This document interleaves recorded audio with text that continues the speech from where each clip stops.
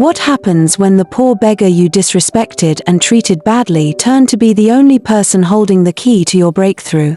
What would you do in this situation? This is the unfortunate story of Abike. Watch till the end and tell me your view. In the vibrant city of Lagos, Abike and Mary navigated their lives, two young women with very different outlooks on the world. Abike was a striking figure, tall and slender with flawless skin and a confident stride. She carried herself with an air of superiority, as though she were above the chaos around her. Though she wasn't wealthy, she dressed well, often spending her meager earnings on trendy clothes and accessories to maintain her image. She had little patience for those she deemed beneath her, especially the poor and destitute. To Abike, poverty was a personal failing, and she had no sympathy for those who couldn't get their lives together. Mary, on the other hand, was Abike's opposite in many ways. She was kind-hearted and empathetic, always willing to lend a helping hand. Though she wasn't rich either, she believed in treating everyone with respect, regardless of their circumstances. Mary often found herself trying to temper Abike's harshness, though her efforts were usually in vain. Despite their differences, the two had been friends for years, bound by shared experiences and the ups and downs of life in Lagos. One afternoon, Mary had convinced Abike to join her for lunch at a popular restaurant in the heart of the city. Mary had recently gotten a promotion at work and wanted to celebrate. She arrived at Abike's apartment in her modest Peugeot, honking the horn to signal her arrival. Abike emerged moments later, dressed to impress in a fitted dress and high heels, her hair perfectly styled. "You're late," Abike said as she slid into the passenger seat, her tone laced with irritation. "Traffic was terrible," Mary replied with a smile, refusing to let Abike's mood dampen her spirits. "But we're here now, and we're going to have a great time." The drive to the restaurant was filled with Abike's complaints about the heat, the traffic, and the state of the city. Mary listened patiently, occasionally offering a word of agreement or a light-hearted joke to lighten the mood. When they finally arrived, Abike's demeanor softened slightly as they entered the cool, air-conditioned restaurant. The smell of spicy jollof rice and grilled chicken filled the air, and the sound of soft music played in the background. They were seated at a cozy table near the window, where they could watch the bustling street outside. Mary ordered a feast: jollof rice, fried plantains, grilled chicken, and bottles of chilled soda. Abike, ever conscious of her figure, opted for a lighter meal but couldn't resist stealing bites from Mary's plate. As they ate, Mary shared stories from work, her face lighting up as she talked about her new role and the opportunities it would bring. Abike listened half-heartedly, more interested in the people around them. She critiqued the other diners' outfits, scoffed at their manners, and made snide comments about their appearances. Mary tried to steer the conversation back to more positive topics, but Abike's negativity was relentless. By the time they finished their meal, the sun was beginning to set, casting a golden glow over the city. Mary paid the bill, insisting that it was her treat, and they made their way to the exit. As they stepped out of a restaurant, they were greeted by a beggar, a young man, so good-looking, he shouldn't have had any business with begging, but his rags already announced that he's really a beggar. Dele, the beggar, approached the girls, begging for alms, his outstretched hands almost touching Abike, and that was when she lost it. "Foolish man, do you want to stain me with your dirty hands?" Abike queried. She was so angry that she poured the takeaway food she bought on the beggar instead of giving him. "Stop. What are you doing? Abike, stop." Mary tried to stop her friend, but she wouldn't listen. Despite that the man before them was a beggar, he was obviously ashamed. It was with much effort that Mary tried to pull Abike away, but before she could, Abike had emptied her takeaway of leftover rice on the beggar's head. The beggar stood shaken by this singular act. He stared at the girls as they walked away. Mary lay awake in her small, dimly lit apartment, staring at the ceiling. The events of the day replayed in her mind like a broken record. The beggar's face, his shock, his humiliation, haunted her. She could still see the food splattered across his chest, hear Abike's cruel words, and feel the weight of her own helplessness. Guilt gnawed at her, a relentless ache that refused to subside. "I should have done more," she whispered to herself, clutching her pillow tightly. "I should have stopped her." Mary had always prided herself on being kind and compassionate. She believed in treating others with respect, no matter their circumstances. But today, she had failed. She had stood by while Abike humiliated a man who was already suffering. The thought made her stomach churn. Finally, as the first rays of sunlight peeked through her curtains, Mary made a decision. She would go back to the restaurant and apologize to the beggar. She didn't know if he would still be there, but she had to try. It was the only way she could ease her conscience. The next morning, Mary dressed simply in a plain blouse and skirt, her hair tied back in a loose bun. She skipped breakfast, her stomach still in knots, and headed out to her car. The streets of Lagos were already bustling with activity, but Mary barely noticed. Her mind was focused on one thing: finding the beggar. As she drove through the city, she couldn't help but notice the stark contrasts around her. Luxury cars sped past rickety buses, and towering skyscrapers stood alongside makeshift stalls. It was a city of extremes, where wealth and poverty coexisted in uneasy proximity. Mary had always been aware of these disparities, but today they felt more pronounced, more personal. When she arrived at the restaurant, she parked her car and scanned the area. Her heart sank when she didn't see him. Had he moved on? Was he gone for good? Just as she was about to give up, she spotted him. He was sitting in the same spot as the day before, his head bowed, his hands resting in his lap. Mary took a deep breath and approached him slowly, careful not to startle him. "Good morning," she said softly. The beggar looked up, his eyes widening in recognition. "Ma," he said, his voice barely above a whisper. "You came back." Mary knelt beside him, her eyes filled with remorse. "I'm so sorry for what happened yesterday," she said. "What my friend did was wrong, and I should have stopped her. Please forgive me." The beggar shook his head, his expression softening. "You don't have to apologize, Ma. You were kind to me. It's not your fault." Mary reached into her purse and pulled out a small bundle of Naira notes. "Here," she said, pressing the money into his hand. "Please, take this. Buy yourself something to eat." The beggar hesitated, then nodded. "Thank you, Ma. God bless you." Mary smiled, though her heart still ached. "What's your name?" she asked. The beggar paused, as though considering whether to answer. Finally, he said, "Dele." "Dele," Mary repeated. "My name is Mary. If there's anything else I can do to help, please let me know." Dele studied her for a moment, his gaze piercing yet kind. "You've already done more than most," he said. "But, if you don't mind, could I have your number? Just in case." Mary blinked, surprised by the request. A beggar asking for her phone number? It was unusual, to say the least. But there was something about Dele, something in his eyes, that made her trust him. She scribbled her number on a piece of paper and handed it to him. "Thank you," Dele said, tucking the paper into his pocket. "I won't forget your kindness." As Mary drove home, her mind raced with questions. Who was Dele, really? Why had he asked for her number? There was something about him that didn't add up. He didn't speak or carry himself like a typical beggar. His words were measured, his demeanor calm and composed. It was as though there was more to him than met the eye. Unknown to Mary, Dele was indeed more than he appeared. His full name was Dele Adebayo, and he was one of the wealthiest men in Africa. A self-made business tycoon, he had built an empire spanning multiple industries, from real estate to technology. But despite his success, Dele felt a void in his life, a void that money couldn't fill. Dele had been raised by a single mother, Jane, who had worked tirelessly to provide for him. She had instilled in him the values of hard work, humility, and compassion. But as Dele's wealth grew, so did the number of people who sought to exploit him. Friends, lovers, and even family members saw him not as a person, but as a means to an end.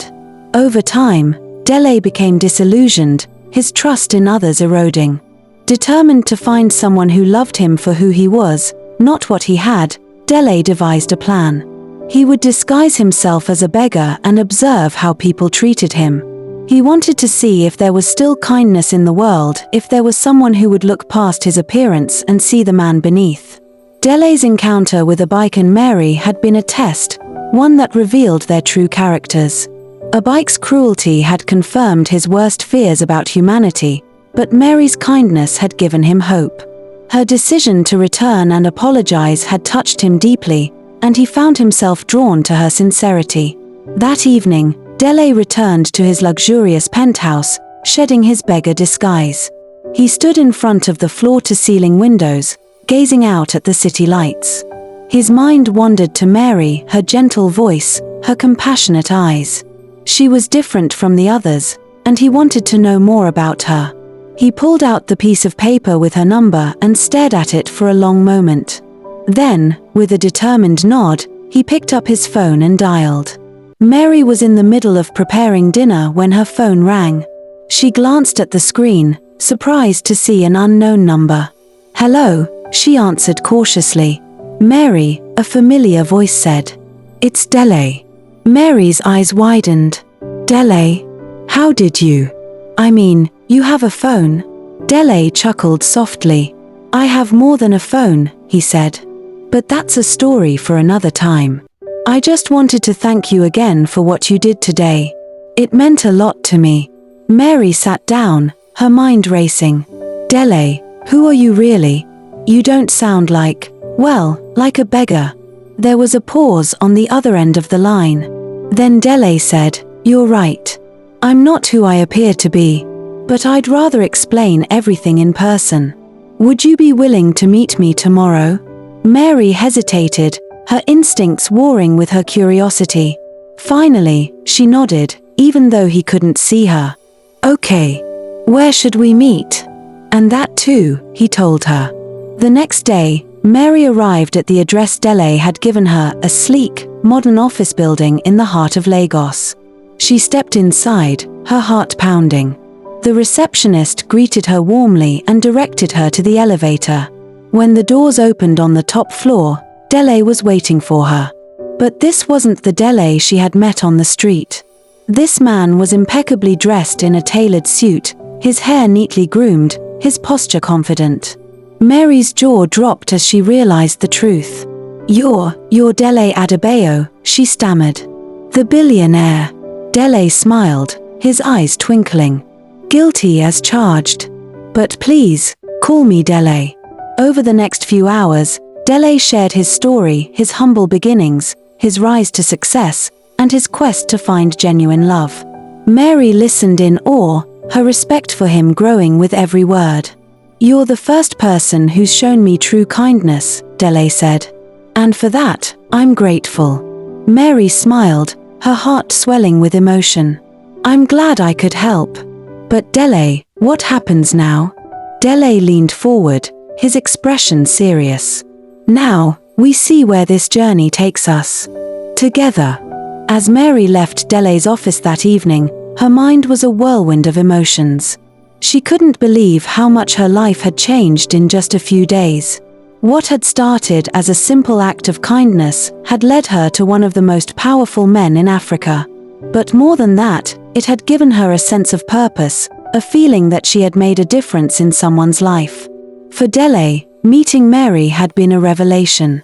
She had shown him that there was still kindness in the world, that not everyone was motivated by greed or self-interest. He felt a connection to her that he hadn't felt in years, and he was determined to see where it would lead. As they parted ways that evening, both Mary and Dele knew that their lives would never be the same. They had found something rare and precious in each other, something that went beyond wealth or status. They had found a connection based on kindness, compassion, and mutual respect. And so, their journey began, a journey that would take them to places they had never imagined, and test them in ways they had never expected. But for now, they were content to take it one step at a time, knowing that they had found something truly special in each other.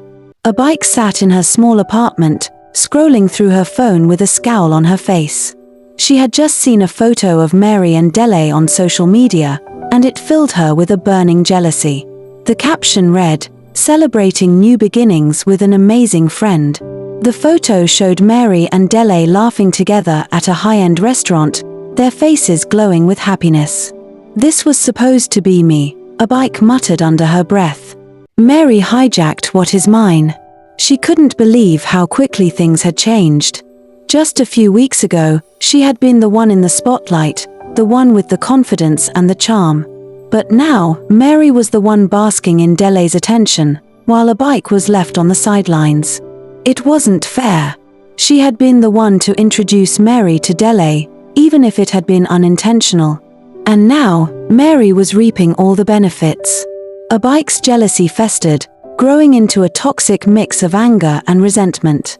She couldn't stand the thought of Mary being happy, especially not at her expense. She needed to do something, anything, to turn the situation in her favor. Abike knew she had to act fast. She couldn't let Mary and Dele grow closer without a fight. But how could she insert herself into their lives without seeming desperate? She needed a plan, something subtle yet effective. After hours of scheming, Abike came up with an idea. She would pretend to apologize to Dele for her past behavior. She would act remorseful, convincing him that she had changed. Once she had his attention, she would use her charm and wit to win him over. It was a risky plan, but Abike was confident in her ability to manipulate people. She had done it before, and she could do it again.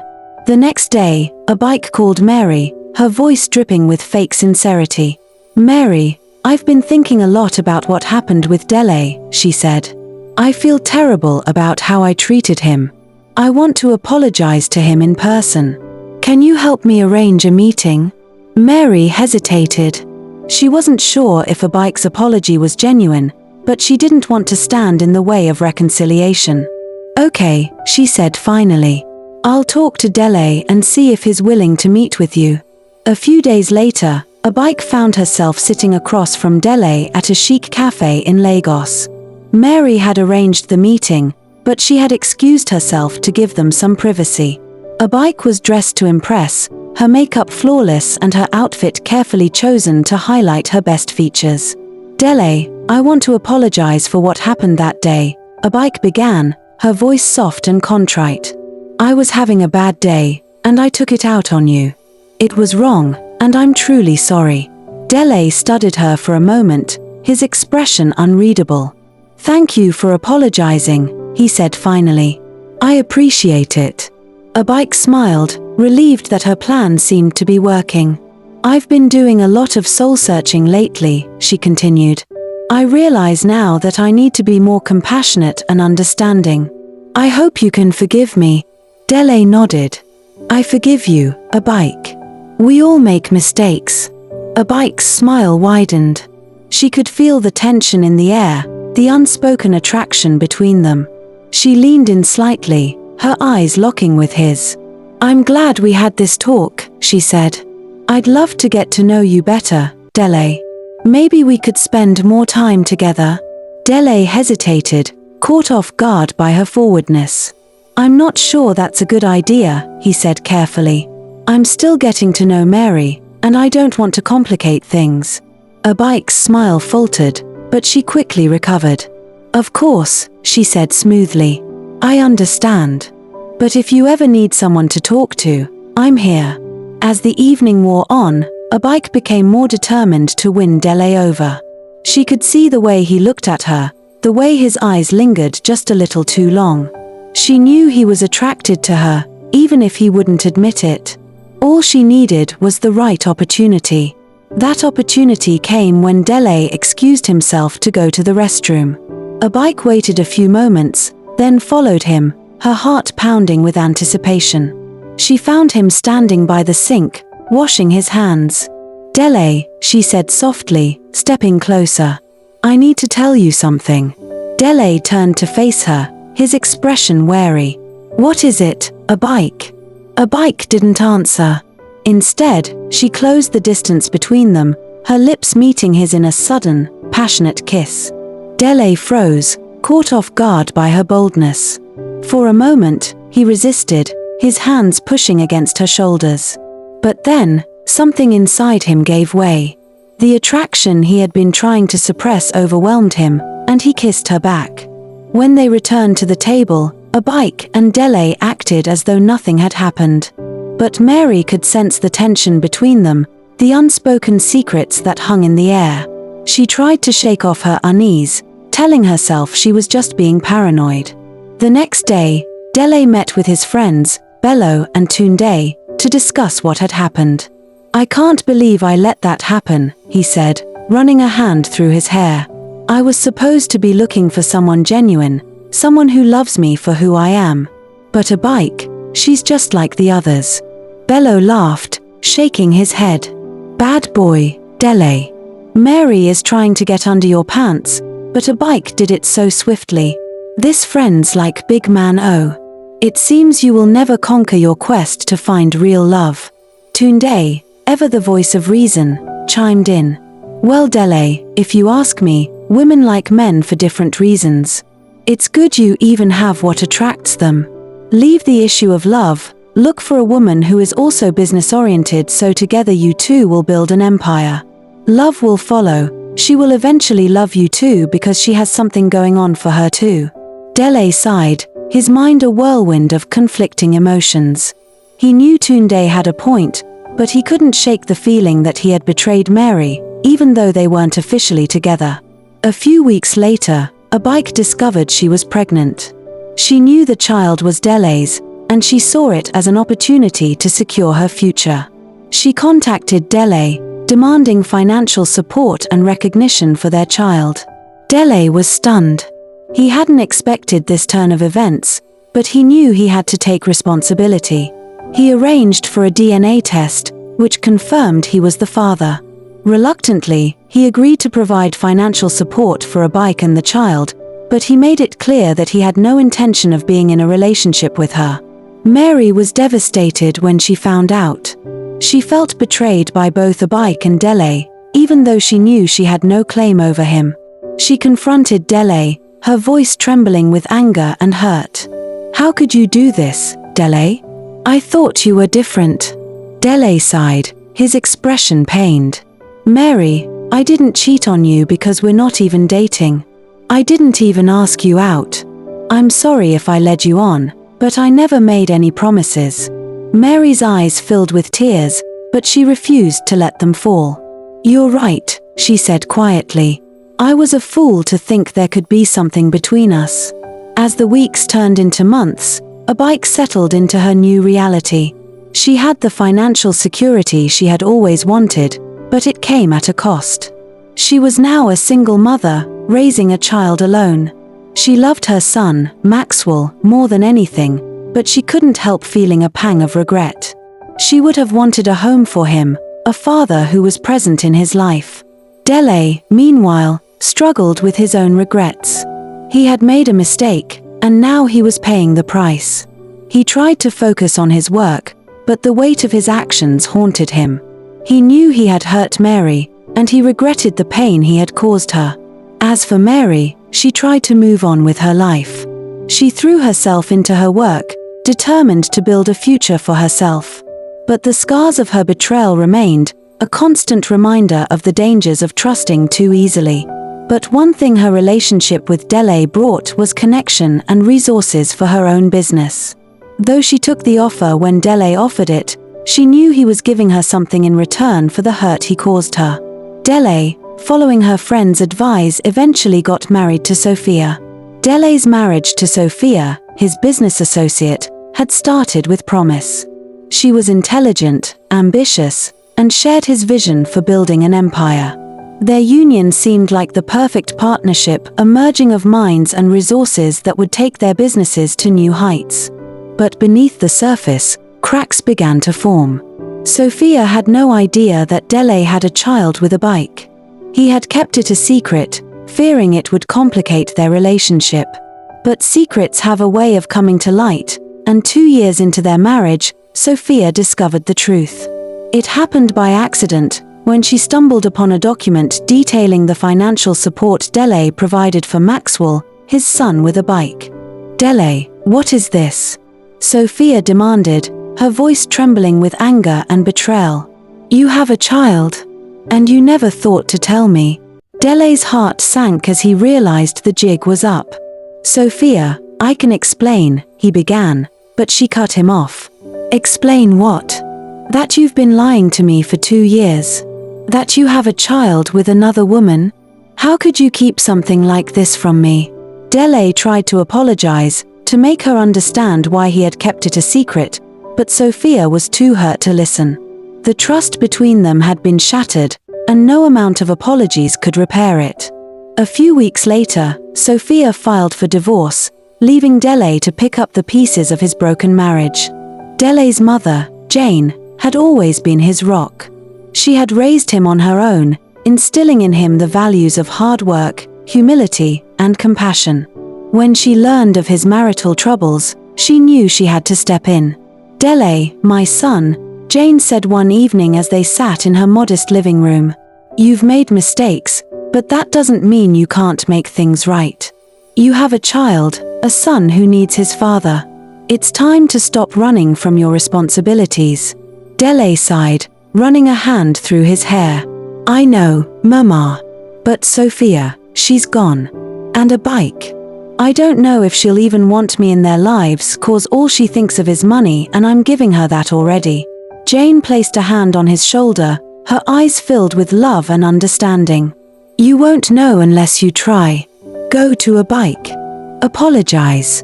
Be a father to your son. And maybe, just maybe, you'll find the redemption you're looking for." Abike had everything she had ever wanted: financial security, a beautiful home, and a son she adored. But despite her material wealth, she felt a deep sense of emptiness. She had always dreamed of having a family, a husband who loved her, and a father for her son. But now, she was a single mother, raising Maxwell on her own. She loved her son more than anything, but she couldn't help feeling a pang of regret. She had wanted a home for him, a father who was present in his life. She knew Dele provided financial support, but it wasn't the same as having him there, day in and day out. One evening, as she tucked Maxwell into bed, he looked up at her with his big, innocent eyes. "Mama, where is my daddy?" he asked.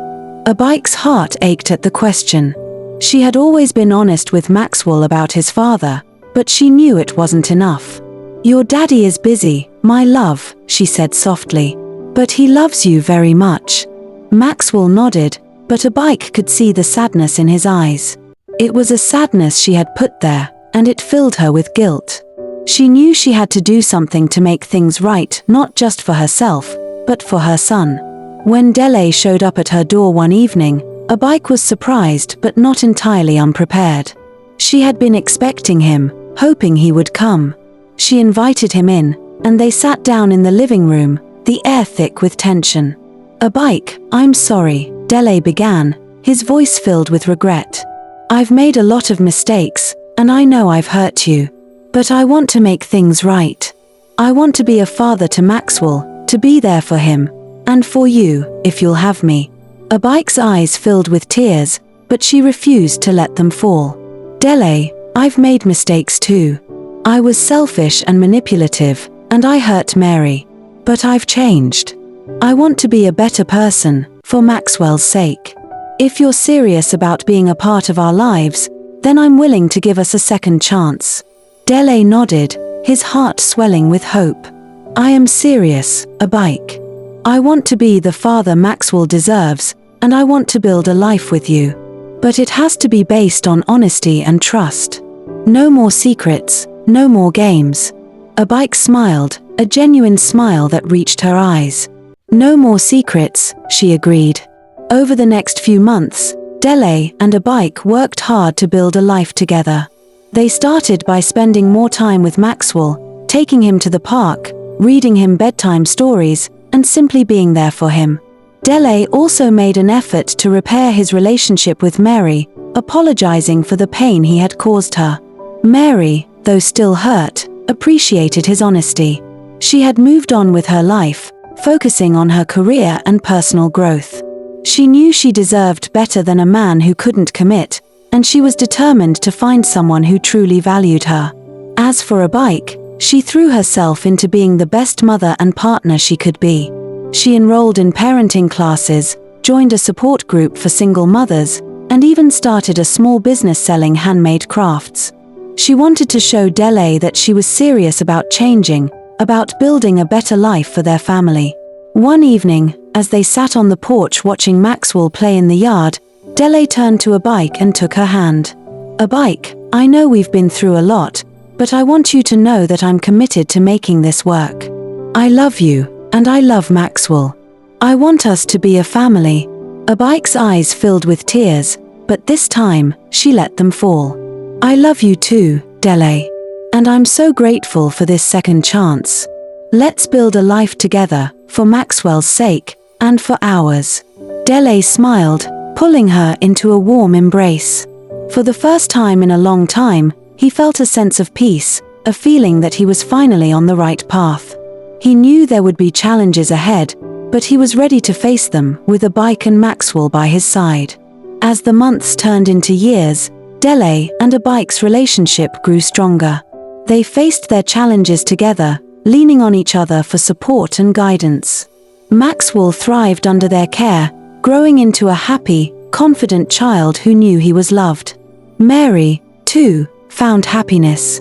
She met a kind, compassionate man who valued her for who she was, not what she could offer. They built a life together, filled with love and mutual respect. And Dele's mother, Jane, watched with pride as her son finally found the redemption he had been searching for. She knew he had made mistakes, but she also knew he had learned from them.